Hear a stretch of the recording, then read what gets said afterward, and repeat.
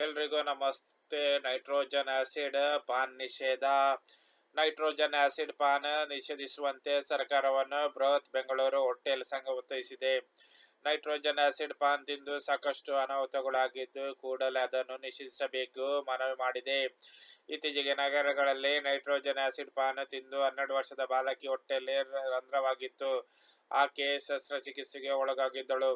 ಇದನ್ನು ಗಂಭೀರವಾಗಿ ಪರಿಗಣಿಸಿದ ಹೋಟೆಲ್ ಅಸೋಸಿಯೇಷನ್ ನಗರದ ಎಲ್ಲ ಹೋಟೆಲ್ಗಳಲ್ಲಿ ಮಾಲೀಕರ ಸಂಘ ಕರೆದು ನೈಟ್ರೋಜನ್ ಪಾನ್ ಬ್ಯಾನ್ ಕುರಿತು ಸರ್ಕಾರದ ಮೇಲೆ ಒತ್ತಡ ತರಲು ನಿರ್ಧರಿಸಿತು. ಈ ಸಂದರ್ಭ ಸಚಿವ ದಿನೇಶ್ ಗುಂಡೂರಾವ್ ಪತ್ರ ಬರೆದಿದೆ.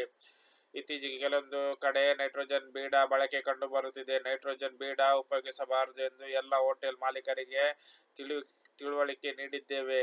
ಆಹಾರ ಸುರಕ್ಷತಾ ಮತ್ತು ಗುಣಮಟ್ಟ ಇಲಾಖೆ ಅಧಿಕಾರಿಗಳು ತಿಳಿಸಲಾಗಿದೆ. ತಾವು ಸಂಬಂಧಪಟ್ಟ ಅಧಿಕಾರಿಗಳೊಂದಿಗೆ ಚರ್ಚಿಸಿ ನೈಟ್ರೋಜನ್ ಬೀಡಾ ಬಳಕೆ ನಿಷೇಧಗೊಳಿಸಬೇಕೆಂದು ಪತ್ರದಲ್ಲಿ ಸಂಘ ಮನವಿ ಮಾಡಿದೆ. ದೊಡ್ಡ ಪಾರ್ಟಿ ಸಂದರ್ಭದಲ್ಲಿ ನೈಟ್ರೋಜನ್ ಪಾನ್ ಬಳಸಲಾಗುತ್ತಿದೆ. ಇದನ್ನು ಕಡ್ಡಾಯವಾಗಿ ಸರ್ಕಾರ ಬ್ಯಾನ್ ಮಾಡಬೇಕು ಎಂದು ಹೇಳಲಾಗಿದೆ. ವಿಡಿಯೋ ಇಷ್ಟವಾದರೆ ಚಾನಲ್ ಲೈಕ್ ಮಾಡಿ, ಸಬ್ಸ್ಕ್ರೈಬ್ ಮಾಡೋದು ಮರಿಬೇಡಿ.